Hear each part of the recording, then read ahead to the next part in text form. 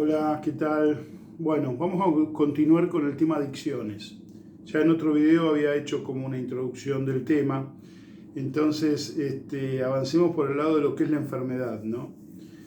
Realmente la conducta del adicto es una conducta caótica, ¿no? Es decir, muchas veces se combina con lo dual, es decir, donde hay una bipolaridad, donde hay una psicosis encubierta que la destapa el consumo.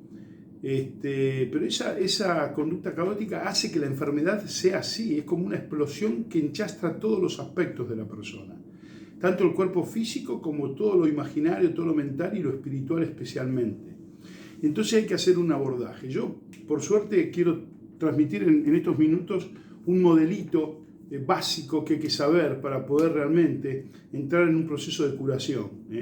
No del cuerpo, porque el tema del cuerpo es algo pendiente, porque el cuerpo es una farmacia donde produce químicos todo el tiempo para definir nuestras conductas. Entonces cuando le introducimos un químico, cualquiera sea en el cuerpo, produce una necesidad de las neuronas en donde quieren ese químico que no pueden producir, y ese escenario es lo que incita al consumo de la persona. O sea, no manda el cerebro en decir sí o no consumo, sino que manda el cuerpo en exigir de alguna manera ese químico que la persona va y lo busca y lo consume. Por eso el encierro, por eso la internación. La internación es para sacar a la persona del escenario donde hay sustancia, donde hay consumo y no puede dejar de consumirlo. Entonces, en un escenario de contención, él puede entrar en el proceso de abstinencia, y cuando entra en el proceso de abstinencia va desacostumbrando a sus células a esa sustancia. Entonces ahí sí, a partir de eso puede empezar a manejarse con lo que el cerebro le indica. Bien, ¿cómo trabajamos con los aspectos espirituales y imaginarios o emocionales?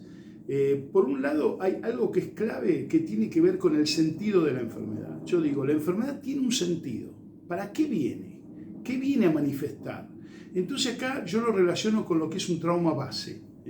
Hay traumas, que por ahí no es uno, son varios, que la persona tiene, que son los que van trabajando interiormente en la persona y la van, entre comillas, prostituyendo en cuanto a sus valores, sus reglas, su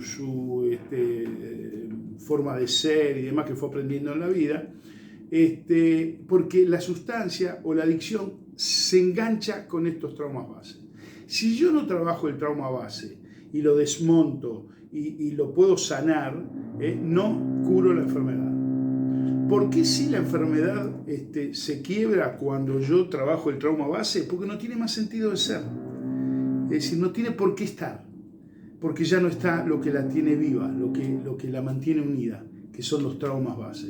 Entonces, yo como psicólogo desarrollé esta idea, pues me daba cuenta que en la comunidad, en el trabajo estructural, donde se arman reglas, modelos de convivencia y demás, que forma parte del tratamiento, faltaba lo más importante, que era sacar el trauma. Porque yo puedo cambiar todo lo de afuera, pero si lo de adentro me sigue provocando una conducta determinada, voy a volver a hacerlo. Y es lo que pasa con la recaída.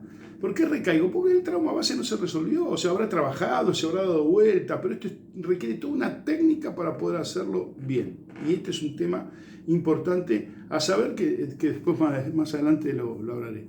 Y el otro tema muy importante es el sentido de la vida, el propósito. Si no tenemos propósito, vamos a la deriva.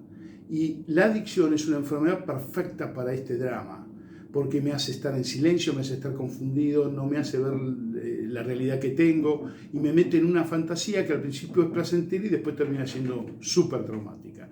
Entonces es muy importante descubrir el propósito. El adicto primero tiene que romper esa unión con el trauma base y después tiene que encontrar el sentido de su vida. ¿Cuál es el propósito? ¿Para qué vino a la vida? Por eso es un trauma espiritual lo del adicto, porque encierra a todo lo que tiene que ver con lo espiritual, que es la esencia de la vida. ¿Sí? La vida de carne y hueso no es más que la capa donde manifestamos todo el desarrollo espiritual.